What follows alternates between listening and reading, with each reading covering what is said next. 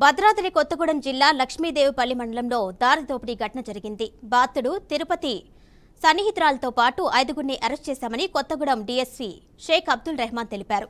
వారి నుండి 11 తులాల బంగారం, 6 సెల్ ఫోన్లు, 2 బైక్లను పోలీసులు స్వాధీనం చేసుకున్నారు. దారి దోపిడీలో బాధితులకి వాసాల తిరుపతి ఇతని టేకులపల్లి విలేజ్.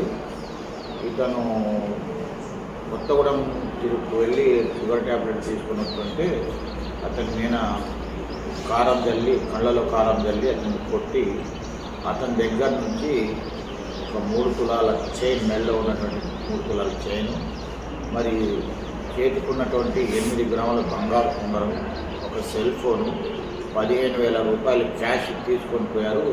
కొట్టి దారి దోపిడీ చేశారని ఒక దరఖాస్తు వచ్చింది. దాని మీద ఒక గ్రేవ్ కేసు రిజిస్టర్ చేయబడింది. ఆ కేసు రిజిస్టర్ అయిన తర్వాత ఆ కేసులో ఛేదించడం గురించి మన సిసిఎస్ టీమ్ ఇన్స్పెక్టర్ అయినటువంటి సత్యనారాయణ గారు, ఎస్ఐ ప్రవీణ్ గారు, మరియు ఎస్ఐ సుమన్ గారు, ఎస్ఐ రామారావు టెక్నాలజీని ఉపయోగించి కేసును ఎట్లా ఛేదించాలనే దాని మీద చాలా విస్తృతమైనటువంటి దర్యాప్తు చేసినారు.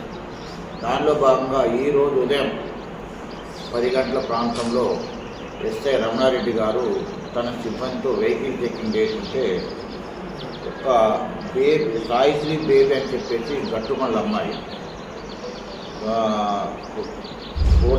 నాగేంద్ర బాబు అలియాస్ మల్లన్న, ఇద్దరు కలిసి గట్టుమల్ల నుంచి మోటార్ సైకిల్ వేసుకుని వస్తున్నారు. వాళ్ళని చెక్ చేస్తే వాళ్ళ దగ్గర ఒక మోటార్ సైకిల్, ఒక సెల్ ఫోను, ఒక 3 తులాల బంగారం కొడుకు దొరుకుతుంది. ఇది ఎక్కడైనా అడిగితే ఈ సాయిశ్రీ అలియాస్ బేబీ అనేది వాసం తిరుపతి అనే వ్యక్తి కొన్ని రోజుల క్రితం పరిచయం, తిరుపతిలో పరిచయం వెళ్ళదు. ఆ పరిచయంలో వాళ్ళు సాన్నిహితంగా ఉండేవాళ్ళు.